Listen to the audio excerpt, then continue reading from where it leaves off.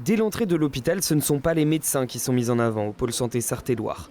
Pour cette journée portes ouvertes, le but, montrer des métiers primordiaux mais peu mis en lumière. Ça permet de s'y intéresser et de se rendre compte à quel point il n'y a pas de profession secondaire. Alors on va tout de suite penser aux médecins. C'est l'occasion de se rendre compte de la diversité des professions qui sont proposées et de se rendre compte que chacun contribue à la prise en charge à un moment donné du parcours d'un patient. Une visite guidée et ludique de certains services. Parmi les visiteurs, quelques curieux, des enfants, des personnes envisageant une reconversion professionnelle, mais aussi des étudiants en santé.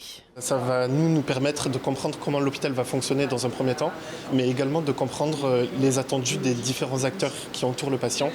Nous, en tant qu'infirmiers, quand on prélève un patient, on aimerait avoir des résultats dans l'heure, tandis que là, je comprends mieux du coup le cheminement d'une prise de sang, enfin, d'une analyse. Donc c'est un plus dans ma prise en charge au niveau des patients. Même ceux qui travaillent dans l'établissement depuis plusieurs années visitent d'autres services. Je découvre d'autres unités, d'autres intervenants et de notre côté, le labo, on est sur un secteur médico-technique avec la pharmacie, l'imagerie.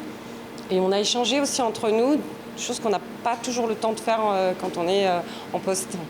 L'idée de cette journée, donner une image positive de cet hôpital qui a annoncé la semaine dernière la réouverture de ses urgences 7 jours sur 7. On est dans une dynamique de reprise d'activité constructive. On a les professionnels qui sont très investis au sein de l'établissement. On leur fait confiance aussi pour être les premiers ambassadeurs de la philosophie de travail au pôle santé Sarthe-et-Loire.